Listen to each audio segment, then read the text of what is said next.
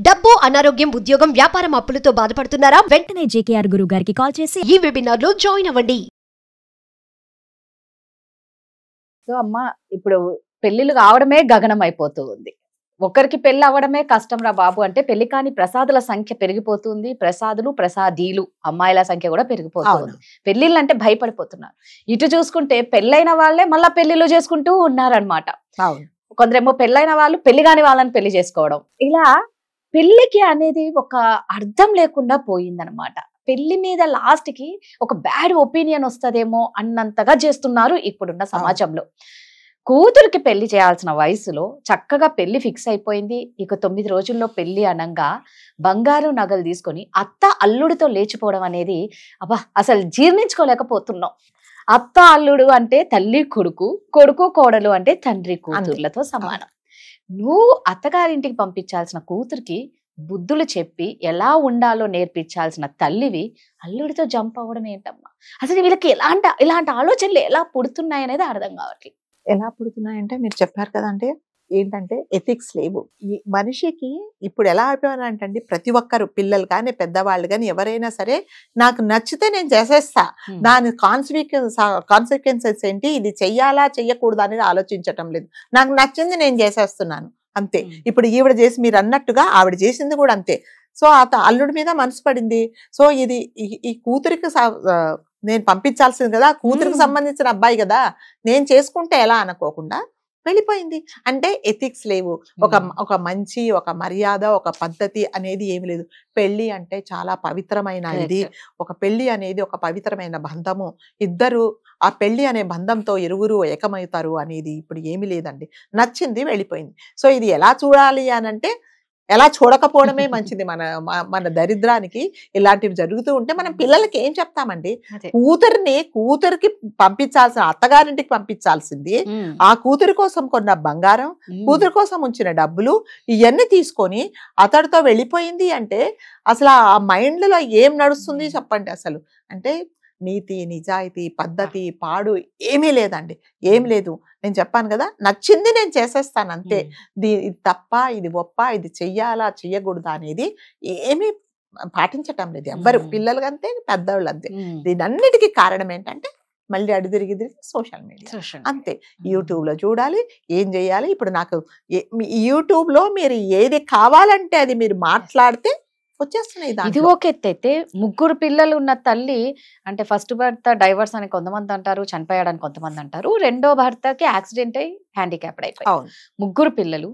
ఆమె చూస్తే 18 ఏళ్ళ అబ్బాయితో ఆవిడ వెళ్ళిపోయింది. పెళ్లి చేసేసుకుంటున్నాం మేము, మాకు నచ్చింది. ఏంటమ్మా కుర్రోడికి నేను చూసానండి మాట్లాడడానికి కూడా రావట్లేదండి. Is just completed is intermediate అండి, 12th స్టాండర్డ్ కంప్లీట్ చేశాడు. ఆ అమ్మాయి ఆమె చూస్తే దాదాపు ఒక 35 ఇయర్స్ 35 ఇయర్స్ ఉంటుంది. ఎందుకు పెళ్లి చేసుకున్నామంటే నేను హ్యాపీగా ఉంటాను ఆమెతో అని చెప్తాడు అతను. ఇటు చూసి ఈమె అల్లుడితో, ఇటు చూసి మా పిల్లల్ని వదిలేసి అసలు ఈ పెళ్లిళ్ళు ఏంది? ఎవరి కోసం పెళ్లిళ్ళు పెట్టారు? పెళ్లి చేసే పనులు కొన్ని రోజుల తర్వాత పెళ్లి అనేది కూడా ఉండదండి, ఏమీ ఉండదు. ఇప్పుడు ఎట్లాగా మనం ఇది వరకు చెప్పుకున్నట్టుగా లివింగ్ రిలేషన్ వచ్చింది, తర్వాత చట్టబద్ధంగా మీకు ఎవడైనా నచ్చితే అతనితో పాటు ఉండొచ్చు అని వచ్చింది. కాబట్టి ఇంకా కొన్ని సంవత్సరాల తర్వాత ఈ పెళ్లి అనే బంధం కూడా ఉండదేమో అని ఒక్కొక్కసారి నిజంగానే భయం అవుతుంది అనమాట. సో ఎందుకంటే ఏం పాటించడం లేదు. పెళ్లి అసలు వాళ్ళు కొంతమంది ఏమైనా పెళ్లి ఎందుకు చేసుకోవాలి, పెళ్లి ఏం అవసరము, ఇద్దరు పెళ్లి చేసుకోకుండా ఇద్దరు కలిసి ఉండకూడదా అని కూడా అడుగుతున్నారు.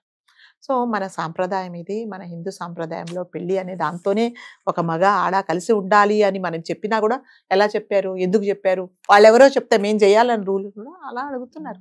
కాబట్టి ఏమి పద్ధతి పాడు ఏమి లేదండి, నచ్చింది చేసేస్తున్నారు అంతే. సో అంటే ఎవరైనా సరే ఆడవాళ్ళు కానీ మగవాళ్ళు కానీ ఒక పని చేసే ముందు మనం ఈ పని చేస్తున్నాము, దీనివల్ల మనము మన పిల్లలకి ఏం చెప్తున్నాము, పక్క వాళ్ళకి ఏం చెప్తున్నాము, దీనివల్ల ఏం జరుగుతున్నదని ఆలోచించటం లేదనమాట. నచ్చింది నేను చేస్తున్నానని చెప్తున్నాను. కాబట్టి ఆడవాళ్ళు ఇప్పుడు మనము ఇక్కడ ఏంటంటే ఆవిడే వెళ్ళిపోయింది కాబట్టి అంటే అతడి ప్రమేయం లేకుండా ఈవిడ కూడా వెళ్ళిపోదండి. సో ఏదైనా సరే అతనితో పాటు అల్లుడు అని చెప్పకూడదు. జనరల్గా అల్లుడు అంటే మన కొడుకుతో సమానం కదా అల్లుడు. ఇది వరకు అండి మీకు తెలుసో తెలీదో మా అమ్మగారు మా వారిని చూస్తే బయటకు వచ్చేది కాదనమాట. అంటే అతను ఉంటే బయటికి రారు అంత, అంటే తల ఎత్తి మాట్లాడరు, అంత గౌరవం ఇచ్చేవాళ్ళు. ఏంటండి ఆ గౌరవం ఎక్కడ పోయిందండి ఇప్పుడు? కొడుకుతో సమానంగా చూడాలి. అత్తగారు అంటే అమ్మ అని అర్థం అన్నమాట. మనం కూడా మన అల్లుడు గారిని మన అబ్బాయి లాగా మనం చూస్తాం. అలాంటిది ఆవిడ మైండ్ లో ఏముందో ఏమో అల్లుడితో వెళ్ళిపోవడం ఏంటి? సో అతను కూడా ఒకవేళ ఈవిడ మైండ్ చెడిపోయి అన్నా కూడా లేదమ్మా ఇది కాదు తప్పు, నేను మీ అమ్మాయిని పెళ్లి చేసుకోవడానికి వచ్చానని చెప్పకుండా అతను వెళ్ళిపోయాడంటే, పైగా వాళ్ళిద్దరు వెళ్ళిపోయి అతను ఒక లెటర్ రాసి పెట్టాడు, మీకు తెలుసో తెలీదో, మీ ఆవిడి మీతో సుఖంగా లేదు, నాతో సుఖంగా ఉంటుంది, సో నేను కూడా సుఖంగా ఉంటాను, నీ కూతురితే కంటే మీ ఆవిడతోనే నేను సుఖంగా ఉంటాను కాబట్టి నేను తీసుకొని వెళ్ళిపోయాను అని చెప్పాడు అనమాట. పాప మా కూతురికి ఏం చేయాలో అర్థం కావట్లేదు. కూతురు మంచాన పడిందండి.